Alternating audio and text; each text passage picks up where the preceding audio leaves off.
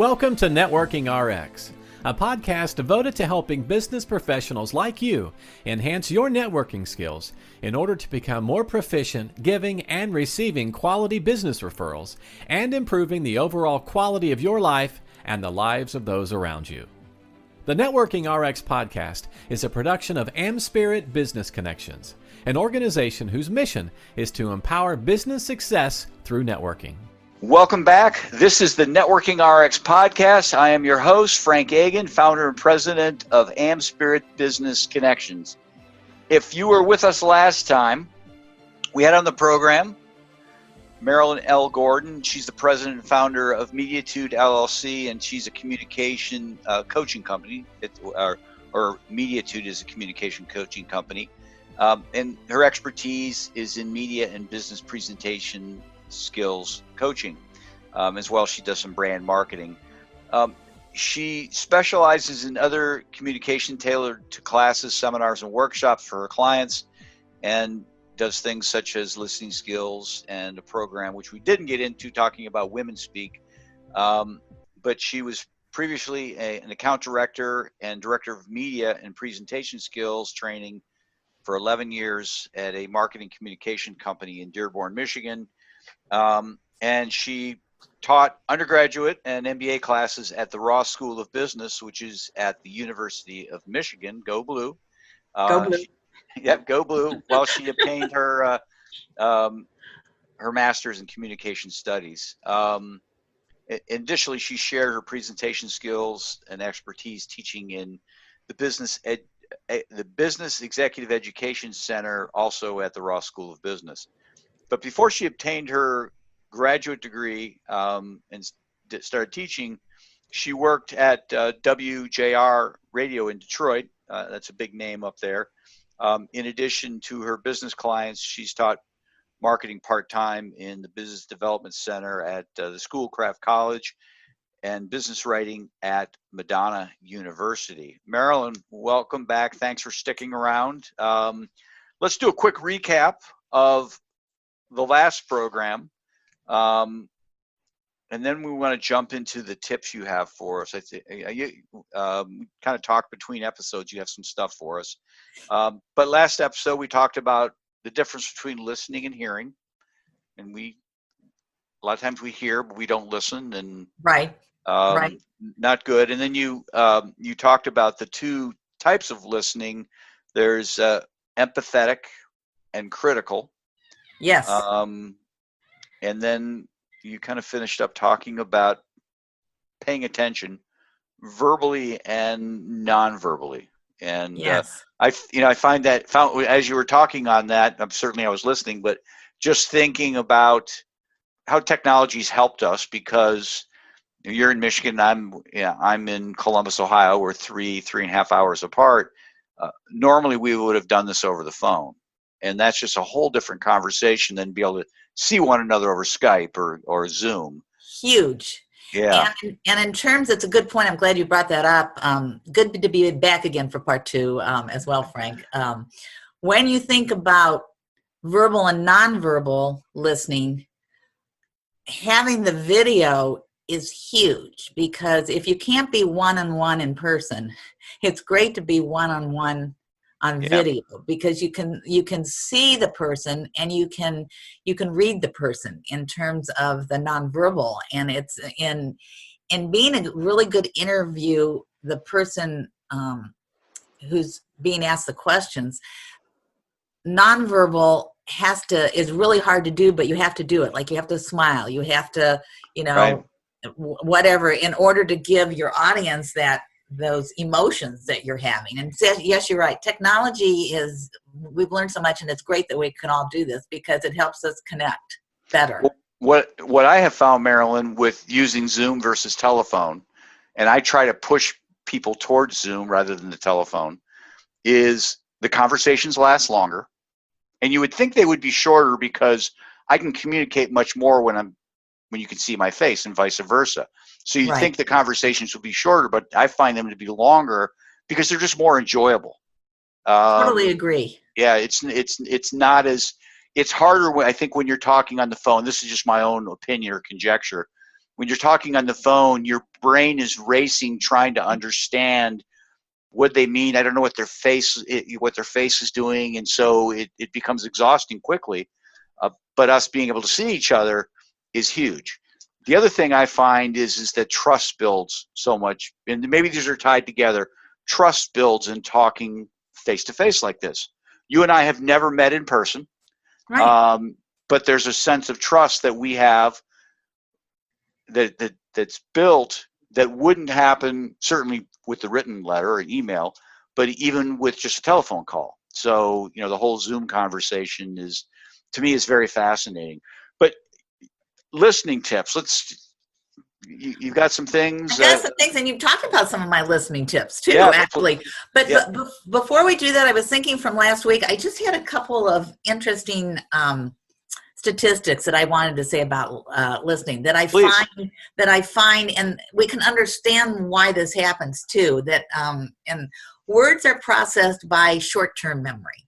Okay, where we can only retain about 7 bits of information at a time, which is why phone numbers are only 7 numbers. Yeah. Although we've added the area code, but people remember that. So, you're still remembering that. But I kind of thought that was interesting that we can only remember that. So that's why phone numbers became 7 numbers. Images go directly into long-term memory where they're indelibly etched. So it's easier to show a circle. You immediately think of a circle, right? Right. Than to describe one, which would be a round plane figure whose boundary, their circumference, consists of point equidistant from a fixed center. Yeah, wake me up. Yeah. I love that. Definitely. So, and here's another one, and this fits into my listening tips and what you were talking about, and I'll tell you why. We listen at a rate of 125 to 250 words per minute. Right. We think at a rate of 1,000 to 3,000 words per minute. Yeah. So when I get to this tip, which is my third one, which is my second tip, you'll see that fits right into it. So yes, I want to review these listening tips. Really will kind of help review what we talked about last week as well. So please, yeah. The first tip is develop the crave to listen. You please become someone who wants to really learn how to listen. It's so helpful to the other person and to you too. You learn a lot more, and the person will tell you a lot more if you learn to listen. It's really important to stay in the moment when you're listening. And this is where Frank's mentioned this earlier. Don't let your mind drift thinking of other mental tasks when listening. We all do it.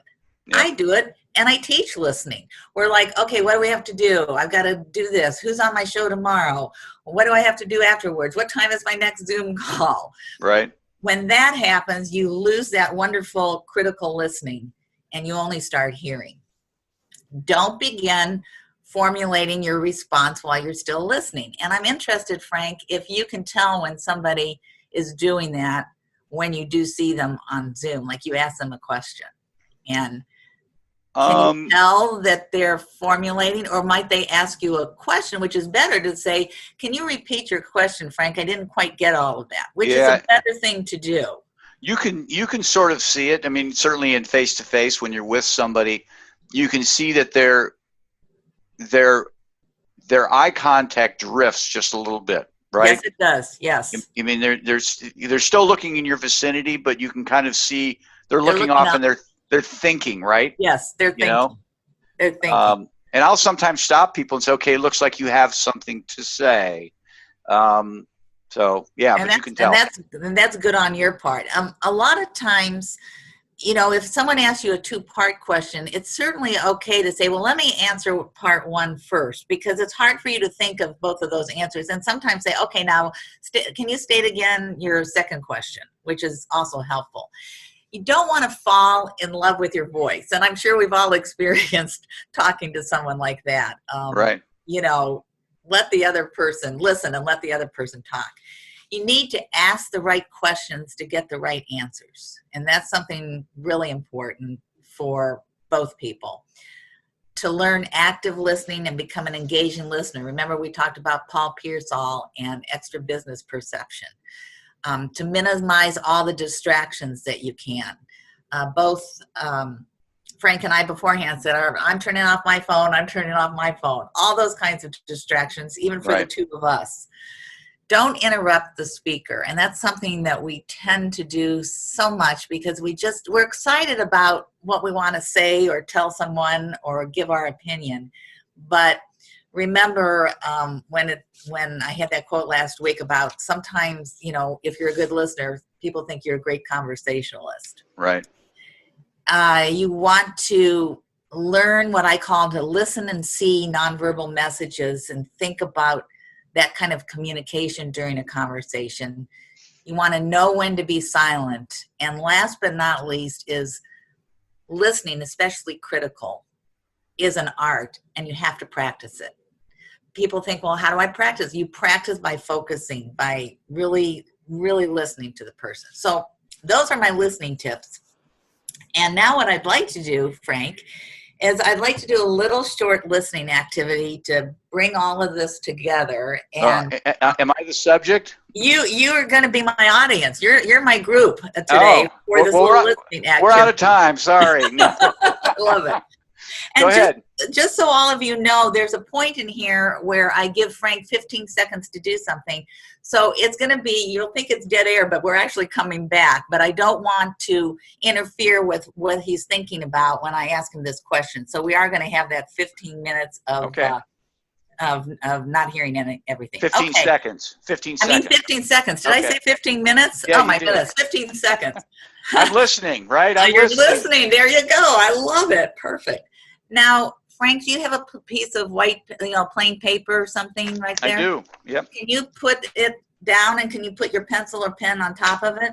Yep. And those of you, if you're somewhere listening and you're taking a lunch break or whatever you're doing and you want to try this along with us, please feel free. But it's a fun thing to do maybe in your, for some team training at your business, or maybe you want to do it with some friends, or maybe you're a teacher and you can use this in one of your classes. So, all right, his paper's turned over and his pen or pencil is set down. Now, Frank, I'm going to say a list of words. Okay. So you're going to listen to them. Okay, here we go. Dream, mattress, sleep, pillow, snore, blanket, sleep, sheets, nightgown, comforter, quilt, sleep, down, foam, sheep, alarm, tired, relax. Pick up that piece of paper and in 15 seconds, write down all the words that you can remember. Starting now.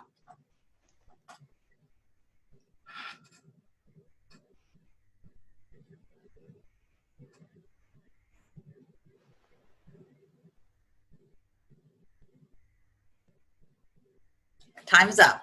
Okay. Now, just so the audience knows, I usually give 30 seconds, sometimes to 45 seconds for this, but time is of the essence on a podcast, so we didn't do that long today. Now, what I'd like you to do is read to me the words that you remember. Dream, mattress, sleep, relax, pillow. Well, I wrote mattress twice, so yeah. Okay. Only got 5. That's okay, because you didn't have as long as I usually give. So that's really good. Now, what do you think this short activity teaches us about listening? What did you gain from what you listened and not just heard, but you truly listened? You were focused. Well, I think it taught me a couple things. One, I'm trying to process and put and jam things into memory. And by the time, it reminds me of the old Lucille Ball skit where she's getting cakes, picking up cakes off the conveyor. They're just, the words are coming so fast. You get the candy and it starts spilling over. Right. And I can't put it in memory fast enough. Okay, and again, I want the audience to know, I usually give a longer time, and you would have had more words if I did. One of the things it teaches us is relevance. We hear what we want to hear out of that. Now, let me give you a few facts, and then I'll mention a couple other things, but you still did a good job. 60% of people hear, when I've given this, and it's a known fact, the first word. Did you write down dream? I did. Okay. And most people will maybe not necessarily always listen, but they'll hear the first word. And what other word will they hear? Probably the last. Yes. And what did you write down? Well, I wrote mattress twice. Pillow was before mattress, so. Okay, relax was 75% usually get the last word, and 80%, which you did, get the word that I mentioned 3 times, which was sleep. Okay. I mentioned sleep. So that shows also something to the speaker, that if you want to help the person listen to you, if you have some repetition, that's a very good way for people to tune in and listen to something. Right. Or if a speaker says, so in conclusion, I can remember sometimes sitting in a lecture hall and not paying attention like I should have been in undergrad, and the professor would say, so in conclusion, and I think, oh, I didn't hear half the things he said because I was thinking of something else. So it does that, but it thinks about it's takes practice is what I'm saying too, to do that. So it takes practice. 20% write down. Did you write down the word bed, which I didn't even mention? Because sometimes people will write down the word bed because it has something to do, and they think of bed when I was saying all those. So it's a really good exercise to use. Again, you didn't have enough time, but it brings home the thought that listening is hard to do. Yeah. Well, and I don't know that 15 extra seconds of recall would help that much. I think it might have, but one doesn't know. Yeah, no, you're right. You're right. It would, because I would have had time to kind of think through and sort through stuff. Yes. But it's really, it's hard to listen when it's just you're drinking from a fire hose. It's hard to listen. Yeah, the words are coming at you. Listen. You're very correct. Well, and that's where it underscores the point of when people are talking, don't think about what you're saying next, because when you're thinking about what you're going to say next, you're not listening to what they're saying now. It's one or the other, right? It's one or the other, and that's why you have to practice it, because then a lot of people who are competitive will think, I've got to get all these words. I want to get as many words as possible. They're thinking about that, and they've lost it at that point. Right. So, yes, listening is hard. You have to really focus in on it. And again, that's a quick one. That's a lot of words. That was 18 words. And, we can't read. It's just to show what happens, because, normally if you have somewhere around 5 words, people could remember those. But you have to have it so you learn to listen critically. But the point being, too, is you can't fake listening. A person can pick up from your body language and verbal points that you're not interested in what they're saying. And in conclusion, I would like to say that through listening, we understand ourselves better. We learn what others expect of us. Right. And we obtain information and ideas necessary to make informed decisions. And I'm really glad that you asked me to be a guest today, because I hope that some of our listening audience will think about listening habits and become more interested in improving their listening and understanding and listening really to when people talk to them. Well, I appreciate you being on the show. This is making the time for not one episode, but 2, and they fit together beautifully. So I really appreciate this. Well, I enjoyed it, and I guess I could say happy listening to everybody. And go Blue, I have to say that. Thanks for joining us on the Networking RX podcast. Please put what you've learned into action today, and let us know if you have questions, comments, or ideas for future topics. You can email them to us at podcast@amspirit.com. That's AmSpirit.com. Finally, so you never miss an episode, be sure to subscribe to the Networking RX podcast through iTunes, Overcast, or however you receive your podcasts. Now get out and network with someone.